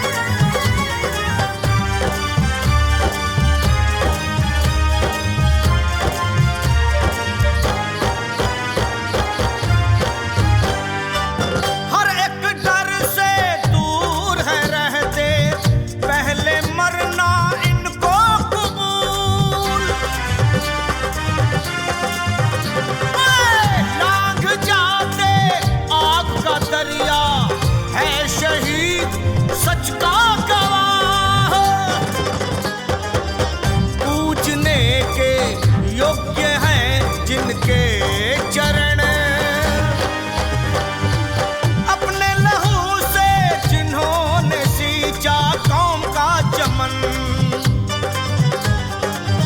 है शहीदों के दम से ये कौम वतन, अपने लहू से जिन्होंने सींचा कौम का चमन। ਸ੍ਰੀ ਗੁਰੂ ਗੋਬਿੰਦ ਸਿੰਘ ਜੀ ਮਹਾਰਾਜ ਚਮਕੌਰ ਦੀ ਗੜੀ ਵਿੱਚੋਂ ਭਾਈ ਦਇਆ ਸਿੰਘ ਜੀ, ਭਾਈ ਧਰਮ ਸਿੰਘ ਜੀ ਅਤੇ ਭਾਈ ਮਾਨ ਸਿੰਘ ਜੀ ਨਾਲ ਨਿਕਲੇ। ਸਾਰਿਆਂ ਨੂੰ ਵੱਖ-ਵੱਖ ਰਾਹ ਤੋਂ ਉੱਤਰ ਦਿਸ਼ਾ ਵਿੱਚ ਇੱਕ ਤਾਰੇ ਦੀ ਦਿਸ਼ਾ ਵੱਲ ਚੱਲ ਕੇ ਮਾਛੀਵਾੜੇ ਪੁੱਜਣ ਦਾ ਆਦੇਸ਼ ਦਿੱਤਾ। ਗੜੀ ਤੋਂ ਨਿਕਲਦਿਆਂ ਹੀ ਥੋੜੀ ਦੂਰੀ ਤੇ ਤਾਲੀ ਵਜਾ ਕੇ ਦੁਸ਼ਮਣ ਨੂੰ ਲਲਕਾਰਦਿਆਂ ਹੋਇਆ ਉਦਘੋਸ਼ ਕੀਤਾ, ਓ ਹਿੰਦ ਦਾ ਪੀਰ ਚਲਿਆ ਜੇ ਫੜ ਸਕਦੇ ਹੋ ਤਾਂ ਫੜੋ। ਇਸ ਸਥਾਨ ਤੇ ਗੁਰਦੁਆਰਾ ਤਾਲੀ ਸਾਹਿਬ ਸੁਸ਼ੋਭਿਤ ਹੈ। ਆਪ ਸਵੈਮ ਹੀ ਹਨੇਰੇ ਵਿੱਚ ਝਾੜੀਆਂ ਤੇ ਬੂਟੀਆਂ ਵਿੱਚੋਂ ਨਿਕਲਦੇ ਹੋਏ 8-9 ਮੀਲ ਦਾ ਸਫ਼ਰ ਤੈਅ ਕਰ ਗਏ। ਜਦੋਂ ਸੂਰਯੋਦੈ ਹੋਇਆ ਤਾਂ ਚੋੜਵਾਲ ਪਿੰਡ ਦੇ ਕੋਲ ਜੰਗਲ ਵਿੱਚ ਝਾੜੀਆਂ ਦੀ ਓਟ ਵਿੱਚ ਲੇਟ ਗਏ ਅਤੇ ਅਕਾਲ ਪੁਰਖ ਨੂੰ ਧੰਨਵਾਦ ਕੀਤਾ। ਇੱਥੇ ਇੱਕ ਮੁਰੀਦ ਨੂੰ ਦਰਸ਼ਨ ਦਿੱਤੇ। ਇਸ ਸਥਾਨ ਤੇ ਗੁਰਦੁਆਰਾ ਝਾੜ ਸਾਹਿਬ ਸ਼ੋਭਾਇਮਾਨ ਹੈ। ਵਾਹਿਗੁਰੂ ਜੀ ਕਾ ਖਾਲਸਾ, ਵਾਹਿਗੁਰੂ ਜੀ ਕੀ ਫਤਿਹ। ਤੁਸੀਂ ਦਰਸ਼ਨ ਕਰ ਰਹੇ ਹੋ ਗੁਰਦੁਆਰਾ ਸ਼੍ਰੀ ਫਤਿਹਗੜ੍ਹ ਸਾਹਿਬ ਦੇ। ਇਸ ਸਥਾਨ ਦੇ ਉੱਤੇ ਧੰਨ ਕਲਗੀਧਰ ਪਾਤਸ਼ਾਹ ਸਾਹਿਬ ਸ਼੍ਰੀ ਗੁਰੂ ਗੋਬਿੰਦ ਸਿੰਘ ਸੱਚੇ ਪਾਤਸ਼ਾਹ ਮਹਾਰਾਜ ਦੇ ਪੂਜਨੀਕ ਮਾਤਾ ਗੁਜਰ ਕੌਰ ਜੀ ਅਤੇ ਛੋਟੇ ਸਾਹਿਬਜ਼ਾਦੇ ਬਾਬਾ ਜ਼ੋਰਾਵਰ ਸਿੰਘ, ਬਾਬਾ ਫਤਿਹ ਸਿੰਘ ਜੀ 3 ਦਿਨ 3 ਰਾਤਾਂ ਇੱਥੇ ਕੈਦ ਰਹੇ ਅਤੇ ਸ਼ਹੀਦੀ ਪ੍ਰਾਪਤ ਕੀਤੀ। ਇਤਿਹਾਸ ਦੀ ਗਾਥਾ ਕੁਝ ਇਸ ਤਰ੍ਹਾਂ ਹੈ ਕਿ 6 ਪੋਹ 1704 ਨੂੰ ਸਤਿਗੁਰੂ ਜੀ ਸ਼੍ਰੀ ਅਨੰਦਪੁਰ ਸਾਹਿਬ ਕਿਲ੍ਹਾ ਛੱਡਦੇ ਆ। 7 ਪੋਹ ਦਾ ਅੰਮ੍ਰਿਤ ਵੇਲਾ ਸਰਸਾ ਦੇ ਤੱਟ ਉੱਤੇ ਸੰਭਾਲਦੇ ਆ, ਕੀਰਤਨ ਹੁੰਦਾ, ਬਾਣੀ ਦਾ ਪ੍ਰਵਾਹ ਚੱਲਦਾ। ਸਰਸਾ ਪਾਰ ਕਰਦਿਆਂ ਗੁਰੂ ਸਾਹਿਬ ਜੀ ਦਾ ਪਰਿਵਾਰ ਅਤੇ ਸਿੱਖ ਖੇਰੂ ਹੁੰਦੇ ਨੇ।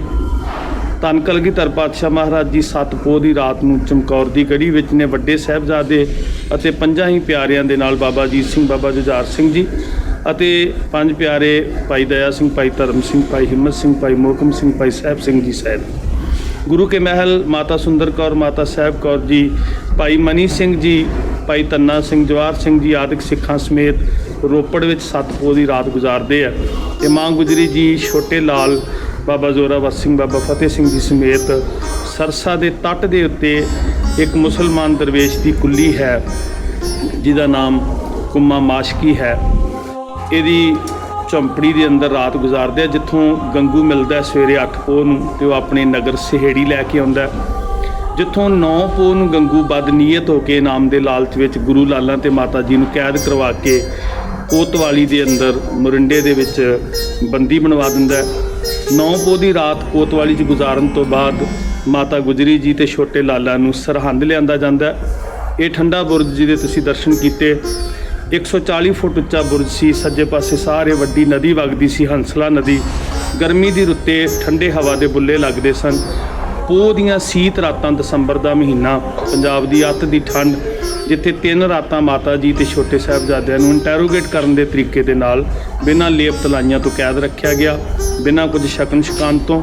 ਨੀਅਤ ਇਹ ਸੀ ਹਾਕਮ ਦੀ ਕਿ ਇਸ ਤਸ਼ੱਦਦ ਦੇ ਨਾਲ ਬਿਰਧ ਅਤੇ ਬਾਲ ਸਰੀਰ ਕਰਕੇ ਜਦੋਂ ਠੰਡ ਮਹਿਸੂਸ ਕਰਨਗੇ ਉਹ ਮੇਰੀ ਈਨ ਮੰਨ ਲੈਣਗੇ। ਸ਼ਰਤ ਇਹ ਸੀ ਧਰਮ ਤਿਆਗਣਾ ਜਾਂ ਮੌਤ ਕਬੂਲਣੀ। ਗੁਰੂ ਲਾਲਾਂ ਨੇ ਧਰਮ ਨਹੀਂ ਤਿਆਗਿਆ, ਸ਼ਹਾਦਤ ਦੇ ਦਿੱਤੀ। 10 ਪੋਹ ਨੂੰ ਇੱਥੇ ਸਾਹਿਬਜ਼ਾਦਿਆਂ ਅਤੇ ਮਾਤਾ ਜੀ ਨੂੰ ਕੈਦ ਕੀਤਾ ਜਾਂਦਾ। 11 ਪੋਹ ਨੂੰ ਪਹਿਲੀ ਪੇਸ਼ੀ ਹੁੰਦੀ ਹੈ, 12 ਨੂੰ ਦੂਸਰੀ ਪੇਸ਼ੀ ਅਤੇ 13 ਪੋਹ ਦਾ ਦਿਨ ਸ਼ਹੀਦੀ ਦਾ ਦਿਨ ਹੈ। ਫਤਵਾ ਇਹ ਸੁਣਾਇਆ ਗਿਆ ਕਿ ਜਿਉਂਦੇ ਜੀ ਨੀਹਾਂ ਵਿੱਚ ਦਫਨ ਕਰਕੇ ਗੁਰੂ ਲਾਲਾਂ ਨੂੰ ਸ਼ਹੀਦ ਕਰ ਦਿਓ। ਸੁੱਚਾਨੰਦ ਨੇ ਵਿਸ਼ੇਸ਼ ਰੋਲ ਅਦਾ ਕੀਤਾ ਕਿਉਂਕਿ ਕੋਈ ਵੀ ਧਾਰਾ ਆਇਦ ਨਹੀਂ ਸੀ ਹੋ ਰਹੀ, ਕੋਈ ਵੀ ਦੋਸ਼ ਆਇਦ ਨਹੀਂ ਸੀ ਹੁੰਦਾ। ਸੋ ਉਹਨੇ ਇੱਕ ਬਹਾਨਾ ਘੜਿਆ ਕਿ ਜੇ ਤੁਹਾਨੂੰ ਛੱਡ ਦਿੱਤਾ ਜਾਏ ਤੁਸੀਂ ਕੀ ਕਰੋਗੇ। ਅਤੇ ਗੁਰੂ ਲਾਲਾਂ ਨੇ ਕਿਹਾ ਅਸੀਂ ਜ਼ੁਲਮ ਦੇ ਵਿਰੁੱਧ ਜੰਗ ਕਰਾਂਗੇ, ਅਸੀਂ ਪਾਪੀ ਹਕੂਮਤ ਦੀਆਂ ਜੜ੍ਹਾਂ ਪੁੱਟਾਂਗੇ। ਇਸੇ ਗੱਲ ਨੂੰ ਬੇਸ ਬਣਾ ਕੇ ਦੋਸ਼ ਜਿਹੜੇ ਸੀ ਉਹ ਮੜੇ ਗਏ ਅਤੇ ਫਿਰ ਇਹ ਫਤਵਾ ਸੁਣਾਇਆ ਗਿਆ ਕਿ ਜਿਉਂਦੇ ਨੀਹਾਂ 'ਚ ਦਫਨ ਕੀਤਾ ਜਾਏ ਗੁਰੂ ਲਾਲਾਂ ਨੂੰ। ਸੋ 9 ਅਤੇ 7 ਸਾਲ ਦੀਆਂ ਮਾਸੂਮ ਦੀਆਂ ਜਿੰਦਾਂ ਨੂੰ ਨੀਹਾਂ ਵਿੱਚ ਦਫਨ ਕੀਤਾ ਗਿਆ। ਕੰਧ ਨੂੰ ਢਾਹ ਕੇ ਫਿਰ ਬੇਹੋਸ਼ ਹੋਏ ਗੁਰੂ ਸਾਹਿਬ ਦੇ ਸਪੁੱਤਰਾਂ ਨੂੰ ਫਿਰ ਹੋਸ਼ ਵਿੱਚ ਲਿਆ ਕੇ ਪੁੱਛਿਆ ਗਿਆ, ਅਜੇ ਵੀ ਵਕਤ ਹੈ, ਮੌਤ ਜਾਂ ਧਰਮ ਦੋਨਾਂ 'ਚੋਂ ਕੀ ਪ੍ਰਵਾਨ ਹੈ। ਤੇ ਗੁਰੂ ਸਾਹਿਬ ਦੇ ਲਾਲਾ ਨੇ ਕਿਹਾ ਸੀ ਅਸੀਂ ਗੁਰੂ ਤੇਗ ਬਹਾਦਰ ਜੀ ਦੇ ਪੋਤੇ ਹਾਂ, ਹਮਰੇ ਬੰਸ ਰੀਤ ਇਮਾਈ ਸੀਸ ਦੇਤ ਪਰ ਧਰਮ ਨਾ ਜਾਈ। ਇਹ ਸਾਡੀ ਕੁੱਲ ਦੀ ਰਵਾਇਤ ਹੈ। ਸੋ ਸਾਸ਼ਲ ਬੇਗ ਬਾਸ਼ਲ ਬੇਗ ਜ਼ਲਾਤ ਸਮਾਣੇ ਵਾਲਿਆਂ ਨੇ ਸ਼ੁਰੇ ਚਲਾ ਕੇ ਬਾਬਾ ਜ਼ੋਰਾਵਰ ਸਿੰਘ ਬਾਬਾ ਫਤਿਹ ਸਿੰਘ ਜੀ ਨੂੰ ਜਿਵਾ ਕੀਤਾ ਤੇ ਅੰਤਾਂ ਦਾ ਤਸ਼ੱਦਦ ਕਰਕੇ ਜ਼ੁਲਮੀ ਹਕੂਮਤ ਵੱਲੋਂ ਠੰਡੇ ਬੁਰਜ ਦੇ ਅੰਦਰ ਮਾਂ ਗੁਜਰੀ ਜੀ ਨੂੰ ਸ਼ਹੀਦ ਕੀਤਾ ਗਿਆ। ਇਹ ਤਿੰਨੋਂ ਰਾਤਾਂ ਗੁਰੂ ਘਰ ਦੇ ਅਨੰਦ ਪ੍ਰੇਮੀ ਬਾਬਾ ਮੋਤੀ ਰਾਮ ਮਹਿਰਾ ਜੀ ਨੇ ਦੁੱਧ ਪਿਆਉਣ ਦੀ ਸੇਵਾ ਕੀਤੀ। ਸੰਸਕਾਰ ਦੇ ਵਾਸਤੇ ਵਜ਼ੀਦੇ ਨੇ ਇੱਕ ਸ਼ਰਤ ਰੱਖੀ ਹੈ ਕਿ ਜੇ ਕੋਈ ਮੋਹਰਾਂ ਖੜੀਆਂ ਸੋਨੇ ਦੀਆਂ ਅਸ਼ਰਫੀਆਂ ਖੜੀਆਂ ਕਰਕੇ ਜਗ੍ਹਾ ਖਰੀਦੇਗਾ ਫਿਰ ਉਸ ਧਰਤੀ ਤੇ ਸੰਸਕਾਰ ਕਰ ਸਕੇਗਾ। ਵਾਸਤੇ ਵਿੱਚ ਹਕੂਮਤ ਦਾ ਮਨਸਾ ਸੀ ਕਿ ਨਾ ਕੋਈ ਧਰਤੀ ਖਰੀਦੇ ਤੇ ਨਾ ਸੰਸਕਾਰ ਹੋਵੇ। ਲੋਕ ਮਨਾਂ ਵਿੱਚ ਦਹਿਸ਼ਤ ਪਏ, ਪਰ ਦੀਵਾਨ ਟੋਡਰਮਲ ਜੀ ਨੇ ਇੱਥੇ ਸਥਾਨ ਬੀਬਾਨਗੜ੍ਹ ਸਾਹਿਬ ਇੱਥੋਂ ਗੁਰੂ ਲਾਲਾਂ ਦੇ ਤੇ ਮਾਤਾ ਜੀ ਦੇ ਪਵਿੱਤਰ ਸਰੀਰ ਲਿਜਾ ਕੇ ਜੋਤੀ ਸਰੂਪ ਸਾਹਿਬ ਦੇ ਸਥਾਨ ਤੇ ਇੱਕੋ ਹੀ ਚਿਖਾ ਤੇ ਤਿੰਨੋਂ ਸਰੀਰਾਂ ਨੂੰ ਰੱਖ ਕੇ ਅੰਤਮ ਸੰਸਕਾਰ ਕੀਤਾ। ਇਸ ਇਤਿਹਾਸ ਦੇ ਨਾਲ ਬਹੁਤ ਸਾਰੀਆਂ ਅਦ੍ਰਿਸ਼ਟ ਜਿਹੜੇ ਪਾਤਰ ਨੇ ਉਹ ਵੀ ਜੁੜੇ ਹੋਏ ਆ, ਜਿਨ੍ਹਾਂ ਵਿੱਚੋਂ ਖੁਦ ਇੱਥੋਂ ਦੇ ਹਾਕਮ ਜ਼ਾਲਮ ਹਾਕਮ ਵਜ਼ੀਦੇ ਦੀ ਪਤਨੀ ਜਿਹਦਾ ਨਾਮ ਬੀਬੀ ਜ਼ੈਬੁਲ ਨਿਸਾ ਹੈ, ਜਿਹੜੀ ਇਨਸਾਨੀ ਹਿਰਦਾ ਰੱਖਦੀ ਹੈ, ਮਾਂ ਦੀ ਮਮਤਾ ਰੱਖਦੀ ਹੈ। ਜਿਸ ਔਰਤ ਨੇ ਆਪਣੇ ਪਤੀ ਨੂੰ ਆਪਣੇ ਖਾਮਦ ਨੂੰ ਇਹ ਮਨਾਉਣ ਦਾ ਯਤਨ ਕੀਤਾ ਕਿ ਤੂੰ ਇਹ ਜ਼ੁਲਮ ਨਾ ਕਰ, ਪਰ ਜਦੋਂ ਨਾ ਟਲਿਆ ਤੇ ਉਸ ਬੀਬੀ ਨੇ ਕਿਹਾ ਇਸ ਪਾਪੀ ਦੇ ਨਾਲ ਮੈਂ ਇੱਕ ਦਿਨ ਵੀ ਨਹੀਂ ਗੁਜ਼ਾਰ ਸਕਦੀ। ਆਪਣੇ ਜਿਸਮ 'ਚ ਖੰਜਰ ਮਾਰ ਕੇ ਉਹਨੇ ਆਪਣੀ ਜੀਵਨ ਲੀਲਾ ਖਤਮ ਕਰ ਲਈ। ਅੱਜ ਇਸ ਧਰਤੀ ਤੇ ਲੱਖਾਂ ਪ੍ਰਾਣੀ ਆ ਕੇ ਨਮਸਕਾਰ ਕਰਦੇ ਨੇ। ਇਸੇ ਧਰਤੀ ਉੱਤੇ ਹਿੰਦੁਸਤਾਨ 'ਚ ਪਹਿਲੀ ਵਾਰ ਮੁਗਲਾਂ ਦੀ ਹਕੂਮਤ ਖਤਮ ਕਰਕੇ 1710 ਵਿੱਚ ਖਾਲਸਾ ਰਾਜ ਸਥਾਪਿਤ ਹੋਇਆ। ਹਿੰਦੁਸਤਾਨ ਦੀ ਆਜ਼ਾਦੀ ਦਾ ਮੁੱਢ ਇਸ ਧਰਤੀ ਤੋਂ ਵੱਜਿਆ, ਜਿਹਦੇ ਆਪ ਦਰਸ਼ਨ ਕਰ ਰਹੇ ਹੋ। ਇਹ ਬੀਬਾਨਗੜ੍ਹ ਅਸਥਾਨ ਜਿੱਥੇ ਸਾਹਿਬਜ਼ਾਦਿਆਂ ਦੇ ਤੇ ਮਾਤਾ ਜੀ ਦੇ ਪਵਿੱਤਰ ਸਰੀਰਾਂ ਦਾ ਅੰਤਮ ਜਿਹੜੀ ਯਾਤਰਾ ਸੀ ਬੀਬਾਨ ਤੁਰਿਆ, ਇਸ ਵਾਸਤੇ ਇਹਨੂੰ ਬੀਬਾਨਗੜ੍ਹ ਸਾਹਿਬ ਕਿਹਾ ਜਾਂਦਾ ਹੈ।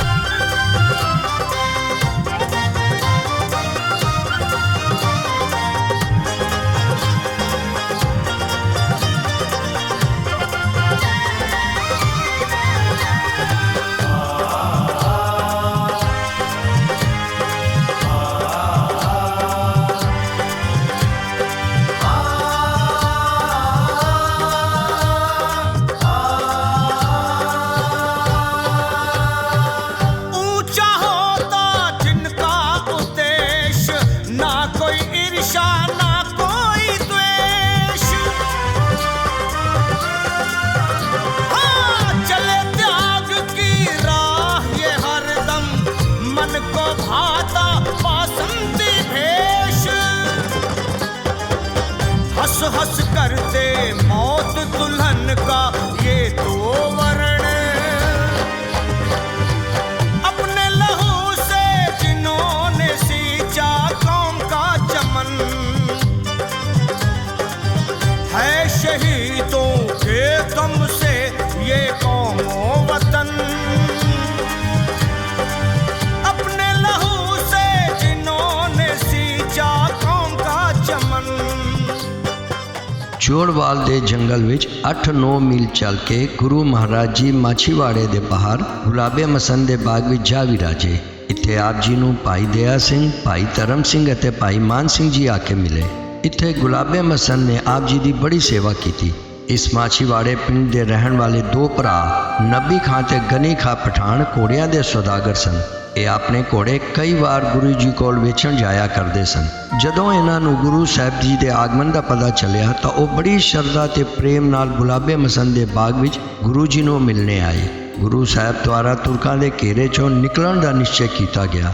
ਭਾਈ ਨਬੀ ਖਾਂ ਤੇ ਭਾਈ ਗਨੀ ਖਾਂ ਨੇ ਪਲੰਗ ਦੇ ਅਗਲੇ ਪਾਇਆਂ ਨੂੰ ਅਤੇ ਭਾਈ ਧਰਮ ਸਿੰਘ ਜੀ ਅਤੇ ਭਾਈ ਮਾਨ ਸਿੰਘ ਜੀ ਨੇ ਪਲੰਗ ਦੇ ਪਿਛਲੇ ਪਾਇਆਂ ਨੂੰ ਆਪਣੇ ਕੰਧੇ ਤੇ ਰੱਖਿਆ ਅਤੇ ਭਾਈ ਧਰਮ ਸਿੰਘ ਜੀ ਚੌਰ ਕਰਨ ਲੱਗੇ। ਇਸ ਤਰ੍ਹਾਂ ਗੁਰੂ ਸਾਹਿਬ ਜੀ ਘੁੰਗਰਾਲੀ, ਲਲਗਾਓਂ, ਕਾਨੇਸ਼ ਹੁੰਦਿਆਂ ਹੋਇਆ ਆਲਮਗੀਰ ਪਹੁੰਚੇ। ਆਲਮਗੀਰ ਸਾਹਿਬ ਵਿੱਚ ਗੁਰੂ ਸਾਹਿਬ ਜੀ ਨੇ ਪਲੰਗ ਛੱਡ ਕੇ ਭਾਈ ਨਿਗਾਇਆ ਸਿੰਘ ਦੁਆਰਾ ਭੇਟ ਕੀਤੇ ਘੋੜੇ ਦੀ ਸਵਾਰੀ ਕੀਤੀ। ਭਾਈ ਨਿਗਾਇਆ ਪਾਸੋਂ ਕਲਮ ਦੁਆਤ ਲੈ ਕੇ ਇਹ ਦੋਵਾਂ ਭਰਾਵਾਂ ਨੂੰ ਯਾਦਗਾਰ ਪੱਤਰ ਲਿਖ ਕੇ ਦਿੱਤਾ ਤੇ ਖਾਲਸਾ ਪੰਥ ਨੂੰ ਉਹਨਾਂ ਦੀ ਸੇਵਾ ਦੀ ਕਦਰ ਕਰਨ ਦਾ ਹੁਕਮ ਦਿੱਤਾ। ਆਲਮਗੀਰ ਤੋਂ ਹੋਰ ਹੁੰਦਿਆਂ ਹੋਏ ਗੁਰੂ ਜੀ ਮਹਾਰਾਜ ਸਿਲੋਆਣੀ ਰਾਏਕੋਟ ਪਹੁੰਚੇ। ਗੁਰੂ ਸਾਹਿਬ ਜੀ ਅਤੇ ਤਿੰਨਾਂ ਸਿੰਘਾਂ ਦੇ ਕੱਪੜੇ ਅਜੇ ਨੀਲੇ ਹੀ ਸਨ। ਰਾਏਕੋਟ ਤੋਂ 1 ਮੀਲ ਬਾਹਰ ਇੱਕ ਸਰੋਵਰ ਦੇ ਕਿਨਾਰੇ ਸ਼ੀਸ਼ਮ ਦੇ ਵਰਿਕਸ਼ ਹੇਠਾਂ ਵਿਰਾਜਮਾਨ ਹੋਏ। ਉੱਥੋਂ ਦੇ ਮੁਸਲਮਾਨ ਚੌਧਰੀ ਰਾਏ ਕੱਲੇ ਨੇ ਬਹੁਤ ਸੇਵਾ ਕੀਤੀ। सतगुरु जी राय कले नूं आख्यो कि किसी सियाणे आदमी नूं भेज के सरहंद की खबर ले आओ। राय कले ने अपने एक सेवक माही नूं सरहंद भेजिया। माही अगले दिन ही माता जी अते साहबजादियां दी शहीदी की खबर लैके आया। गुरु जी ये भयानक साका सुन के अपने तीर की नोक नाल दम दा बूटा उखाड़ के बचन किया। मुगल राज की जड़ा हुण उखड़ गई हैं। जिस राज विच मासूम और बेगुनाहां नूं इस तरह शहीद किया जाता है वह अवश्य ही नाश हो जाएगा। इस स्थान ते जिथे साहब जी ने साका सुनिया ते हुक्म नूं सराप दिता, एक सुंदर सरोवर ते गुरुद्वारा टहलियाना साहब सुभायमान है।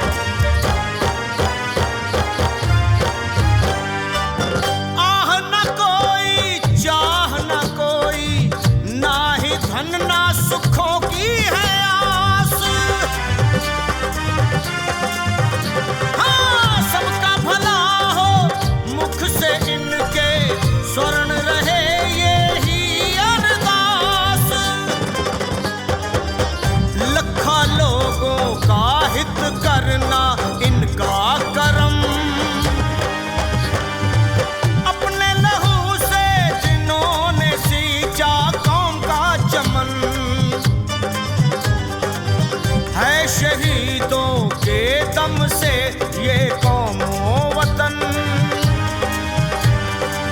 अपने लहू से जिन्होंने सींचा कौम का चमन, कौमो वतन, कौम का चमन, कौमो वतन, कौम का चमन।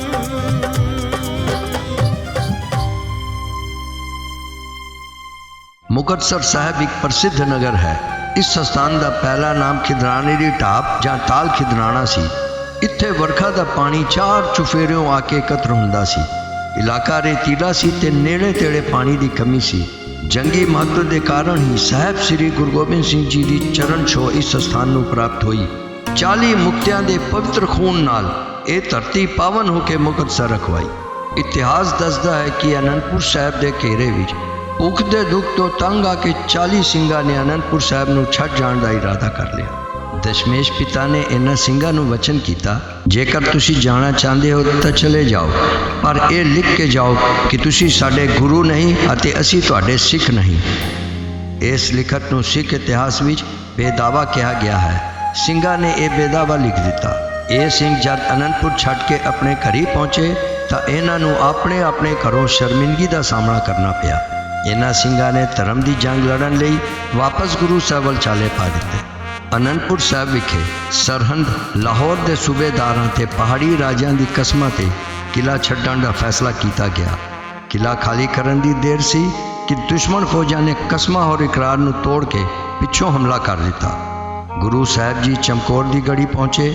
ਇੱਥੋਂ ਗੁਰੂ ਸਾਹਿਬ ਜੀ ਮਾਛੀਵਾੜੇ, ਦੀਨਾ ਕਾਂਗੜ, ਕਪੂਰੇ ਹੁੰਦੇ ਹੋਏ ਖਿਦਰਾਣੇ ਦੀ ਢਾਬ ਪਹੁੰਚੇ। ਵੈਰੀ ਦਾ ਟਿੱਡੀ ਦਲ ਵੀ ਗੁਰੂ ਜੀ ਦੇ ਪਿੱਛੇ ਪਿੱਛੇ ਆ ਰਿਹਾ ਸੀ। ਖਿਦਰਾਣੇ ਦੀ ਢਾਬ ਖਾਲਸਾ ਫੌਜ ਦੇ ਘੇਰੇ ਵਿੱਚ ਸੀ। ਯੁੱਧ ਨੀਤੀ ਅਨੁਸਾਰ ਇਹ ਢਾਬ ਬਹੁਤ ਮਹੱਤਵ ਰੱਖਦੀ ਸੀ। ਗੁਰੂ ਸਾਹਿਬ ਜੀ ਆਪ ਟਿੱਬੀ ਸਾਹਿਬ ਦੇ ਸਥਾਨ ਤੇ ਜਾ ਵਿਰਾਜੇ। ਦੁਸ਼ਮਣ ਫੌਜਾਂ ਨੇ ਹਮਲਾ ਕੀਤਾ। ਥੋੜਾ ਚਿਰ ਘਮਾਸਾਨ ਦਾ ਯੁੱਧ ਹੋਇਆ। ਯੁੱਧ ਵਿੱਚ ਸਭ ਤੋਂ ਅੱਗੇ 40 ਸਿੰਘ ਜੋ ਗੁਰਦੇਵ ਜੀ ਤੋਂ ਬੇਮੁਖ ਹੋ ਕੇ ਅਨੰਦਪੁਰ ਸਾਹਿਬ ਛੱਡ ਆਏ ਸਨ, ਮਾਤਾ ਭਾਗੋ ਜੀ ਦੀ ਅਗਵਾਈ ਵਿੱਚ ਲੜ ਰਹੇ ਸਨ। ਸਮੇਂ ਸਮੇਂ ਗੁਰੂ ਸਾਹਿਬ ਜੀ ਦੁਸ਼ਮਣ ਦਲਾਂ ਤੇ ਤੀਰਾਂ ਦੀ ਵਰਖਾ ਕਰ ਰਹੇ ਸਨ। ਇਹ ਸਖਤ ਗਰਮੀ ਦੇ ਦਿਨ ਸਨ। ਸਰੋਵਰ ਤੇ ਸਿੰਘਾਂ ਦਾ ਕਬਜ਼ਾ ਸੀ। ਦੁਸ਼ਮਣ ਫੌਜ ਦੇ ਪੈਰ ਉਖੜ ਗਏ। ਅਕਾਲ ਪੁਰਖ ਦੀ ਮਿਹਰ ਨਾਲ ਖਾਲਸਾ ਜੀ ਨੂੰ ਫਤਿਹ ਪ੍ਰਾਪਤ ਹੋਈ। ਦੁਸ਼ਮਣ ਫੌਜਾਂ ਹੈਰਾਨ ਹੋ ਗਈਆਂ। ਯੁੱਧ ਦੇ ਮੈਦਾਨ ਵਿੱਚ ਗੁਰੂ ਸਾਹਿਬ ਹਰ ਸਿੰਘ ਦੀ ਪਵਿੱਤਰ ਦੇਹ ਪਾਸ ਜਾਂਦੇ ਤੇ ਸਿੱਖਾਂ ਦੇ ਮੁਖੜੇ ਸਾਫ਼ ਕਰਦੇ ਅਤੇ ਬਖਸ਼ਿਸ਼ ਕਰਦੇ। ਇਹ ਮੇਰਾ 5000 ਸਿੱਖ, ਇਹ ਮੇਰਾ 10,000 ਸਿੱਖ, ਇਹ ਮੇਰਾ 30,000 ਸਿੱਖ। ਗੁਰਦੇਵ ਪਿਤਾ ਭਾਈ ਮਹਾ ਸਿੰਘ ਕੋਲ ਪਹੁੰਚੇ। ਭਾਈ ਮਹਾ ਸਿੰਘ ਦੇ ਸਵਾਸ ਅਜੇ ਚੱਲ ਰਹੇ ਸਨ। ਗੁਰਦੇਵ ਪਿਤਾ ਭਾਈ ਮਹਾ ਸਿੰਘ ਦਾ ਮੁਖੜਾ ਸਾਫ਼ ਕਰਦੇ ਹੋਏ ਉਹਨਾਂ ਦਾ ਸੀਸ ਗੋਦ ਵਿੱਚ ਰੱਖ ਕੇ ਫਰਮਾਏ, ਭਾਈ ਮਹਾ ਸਿੰਘ ਜੀ, ਅੱਜ ਮੰਗੋ ਜੋ ਚਾਹੁੰਦੇ ਹੋ। ਭਾਈ ਸਾਹਿਬ ਬੋਲੇ, गुरुदेव पिता जे टुटे हो तो कृपा करके बेदावा फाड़ दिओ। भाई साहब की ख्वाहिश को पूरी करदिया महाराज जी ने बेदावा के टुकड़े टुकड़े कर दिते। गुरु साहब की गोद विच भाई साहब सदा लई सो गए। गुरु साहब जी ने इन्हां शहीदां दा अपने हथी संस्कार किया अते इन्हां नूं मुक्तियां दी उपाधि बख्शिश की। खिदराने की टाप उस दिन तो मुकतसर रखवाई। मुकतसर तो चल के गुरु साहब जी कुपतसर साहब पहुँचे। इत्थों जब गुरु साहब जी चलन लगे तब बैराड़ और डोगरे सैनिकों ने वेतन की मांग की। उस वक्त अचानक एक सिंह रुपए और मोहरा एक खच्चर ते लद के ले आया। उस समय गुरु जी पास 500 घोड़सवार अते 900 पैदल सिंह सन। आप जी ने सबना नूं वेतन का वितरण किया, बाकी धन धरती विच दब दिता। थोड़ी देर बाद जदों लोग धन कढ़न लगे तो उत्थे कुछ ना मिलिया। ये पवित्र स्थान गुपतसर साहब के नाम नाल प्रसिद्ध होया। मेहरबान साहिब मेहरबान, मेहरबान साहिब मेहरबान, साहिब मेरा मेहरबान, साहिब मेरा मेहरबान, मेहरबान साहिब मेहरबान, मेहरबान साहिब मेहरबान।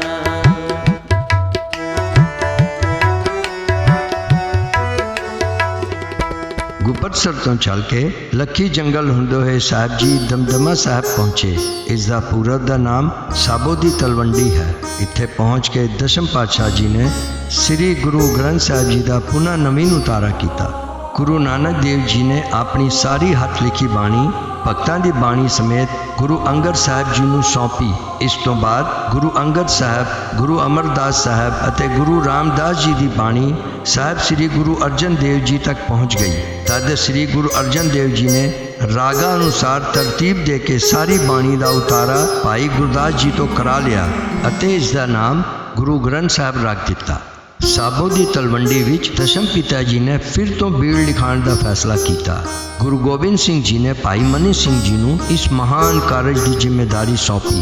तखत श्री दमदमा साहब ते गुरु काशी स्थापित कर पिता गुरु तेग बहादुर जी की पावन गुरबाणी आदि श्री गुरु ग्रंथ साहब भी शामिल करके संपूर्णता प्रदान की। इत्थे भाई बीर सिंह, भाई तीर सिंह के गुरु भरोसे नूं प्रगट किया। लंबे विछोड़े उपरंत माता सुंदरी जी ते माता साहब देवा जी भी दमदमा साहब की पावन धरती ते गुरुदेव पिता जी नूं मिलते हैं ते अपने साहबजादियां बारे पूछते हैं। जवाब इस सतगुरु जी फरमान करते हैं, इन पुत्रन के शीश पर वार दिए सुचार, चार मुए तो क्या हुआ जीवत कई हजार।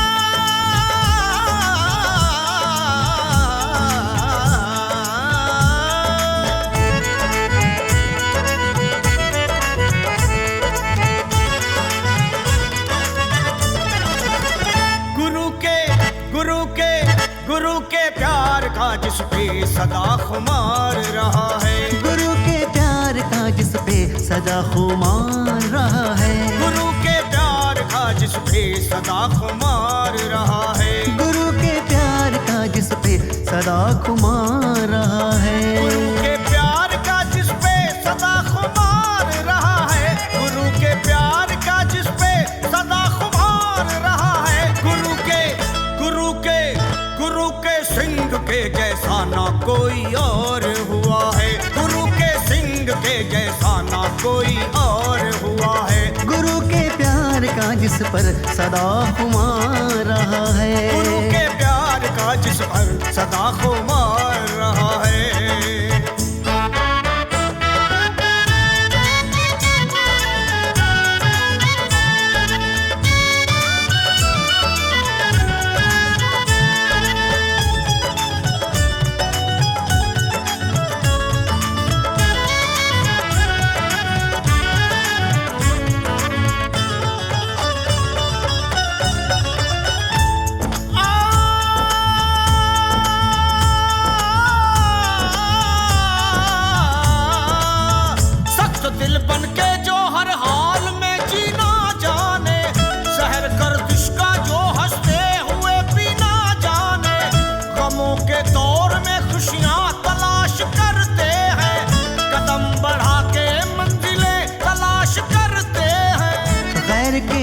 दर्द को भी जो दर्द अपना जाने, पराई आह को भी जो आह अपनी माने, ऊंच और नीच के झगड़ों से दूर रहता है, देश और कौम के लिए जो जीता मरता है।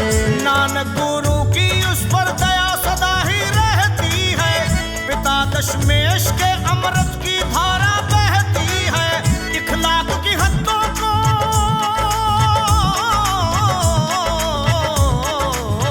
इखलाक की हद्दों को जाकर जिसने छुआ है, गुरु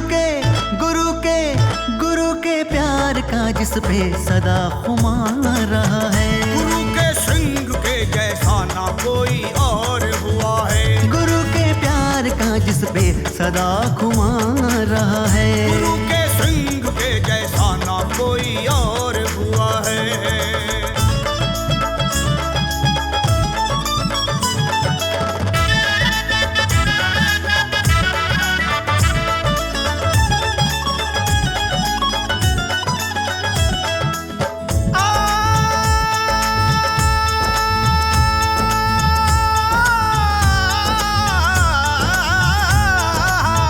लिए सर को हथेली पे ये चला करता है, गुरु का सिंह कभी मौत से न डरता है, देश और धर्म को खुद मिटकर बचा लेता है, कफन को सर पे बांध मुस्कुराता रहता है, हौसला जिनका सदा मजबूत रहता है, कठिन हो राहें पर इरादा बुलंद रहता है, दगा फरेब से हरदम परहेज करता है, वाहे गुरु की मर्जी जैसी है ये करता है, सत्य की राह पे दौलत से ये ना बिकता है, गुरु का सिंह बस दुखियों के लिए जीता है, ए लखा